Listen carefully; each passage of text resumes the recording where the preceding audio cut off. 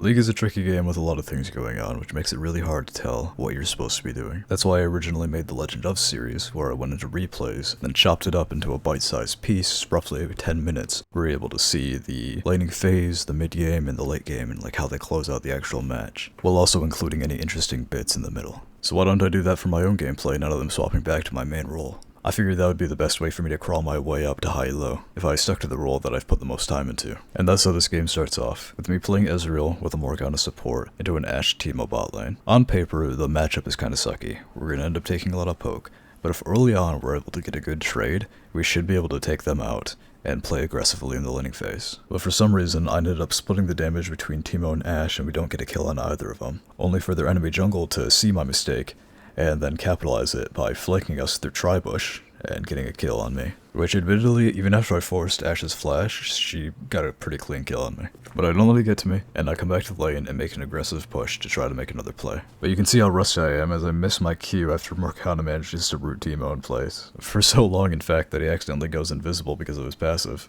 After the lane resets, Morgana and I try to get some chip damage on the Ashe, only to get ganked again by Tahm Kench, who on my screen is literally appearing out of nowhere every single time.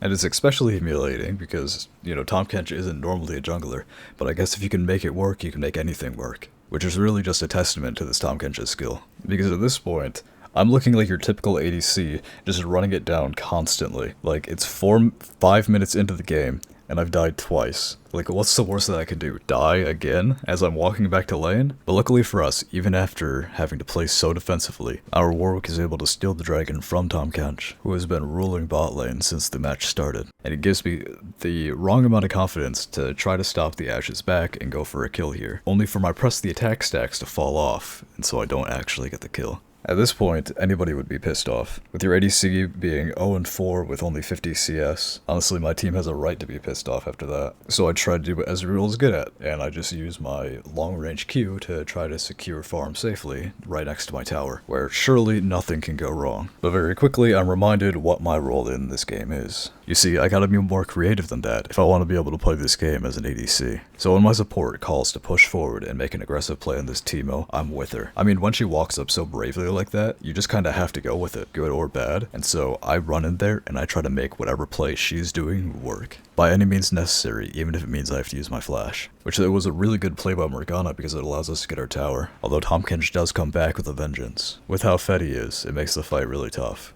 Especially after walking over Teemo's Shroom here, which nearly takes Morgana out with the last sliver of HP that she has. But we're able to fend him off for now, even if we didn't get the kill. The only problem is that as the game went on, we slowly bled out, as we had to play defensively at every corner. Mostly because I ended up feeding the Tahm Kench so much. But sadly my 10 kill comeback after going 0-4 in laning phase wasn't enough to be able to win this game. Even if it was really close in the end. Although I can't really say it was close when I was the one who fed early, and then our late game ended up looking like this.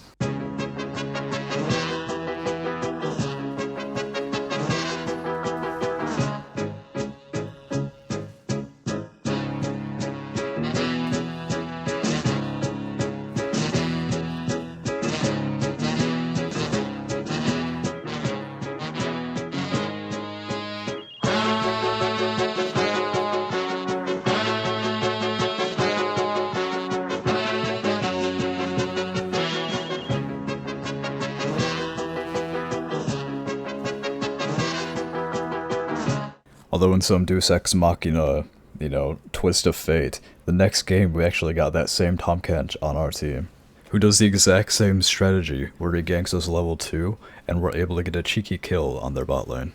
Although Brand and I ended up overstaying our welcome without any mana, and ended up getting ganked by Warwick in return. I tried to turn it around on Nilah, but her kit is extremely defensive and makes it impossible for me to one-shot her here. But luckily, Heimer chases us, and I'm able to proc PTA on him and almost get the kill. But it doesn't stop Warwick from chasing me down with his blood hunt. And so I start running for my life through their jungle, hoping that Tahm Kench can once again come and save the day. And so in a last-ditch effort, knowing that I'm gonna die here, I throw all of my damage, and luckily my team is able to follow up and get the kill on Warwick, even if he did still manage to chase me down. But later in the game after reviving, we TP back to lane, and get the world's easiest kill on Nilah, and a second follow-up kill on Heimerdinger, who I'm pretty sure intentionally turns around here to end the game. But then again, he did it before, so maybe it's just a bad habit or something. But either way, it's good for us, because after that offensive play, we're able to push a wave under tower with Tahm Kench, We get it extremely low and almost take first tower at 10 minutes.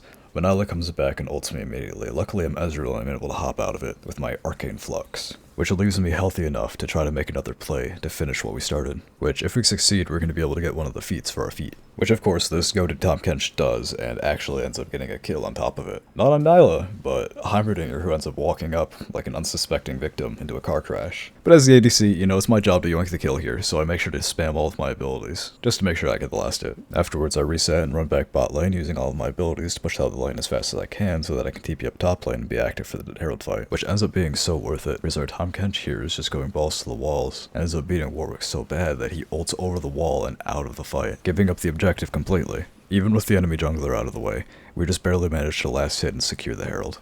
But I guess it doesn't matter how we did it, it just matters that it got done. Because we take that Herald mid, and end up making one final push, all the way through mid lane down to their Nexus, after winning a quick skirmish, but because of our lead being 29-9, it makes it almost impossible for the enemy team to fight back. But that's just how you gotta do it. You get active and you stay active and you make something happen. And now that I'm thinking about it, I want to bring up this topic about what's the most important thing to do in League. Because I hear a lot of people talking about what is the best role. Some people say it's jungle, other people say it's support, some mid. And a lot of the things that these have in common is the ability to influence other parts of the map. Because jungle can go everywhere, support has the ability to roam, and mid is in the center of the map so they can go top or bot and fight for any objective no matter where they are. And that's why as ADC, being on the side lane makes it feel like you're not a part of the actual game. But if you go out there and try to make as much impact around your team as possible, it just tends to skew the fights in your favor. Especially in these lower elo games, like players aren't necessarily being as proactive as they should be. And it seems silly, but just having numbers advantage can just win you the game, especially when you're playing around the right objectives at the right time. Like, when it comes to ending the game, if we didn't have everybody here together, we probably wouldn't have been able to close it out. But because our team got together and pushed as 5 with Rift Herald down to their Nexus, we were able to close out the game together as a team.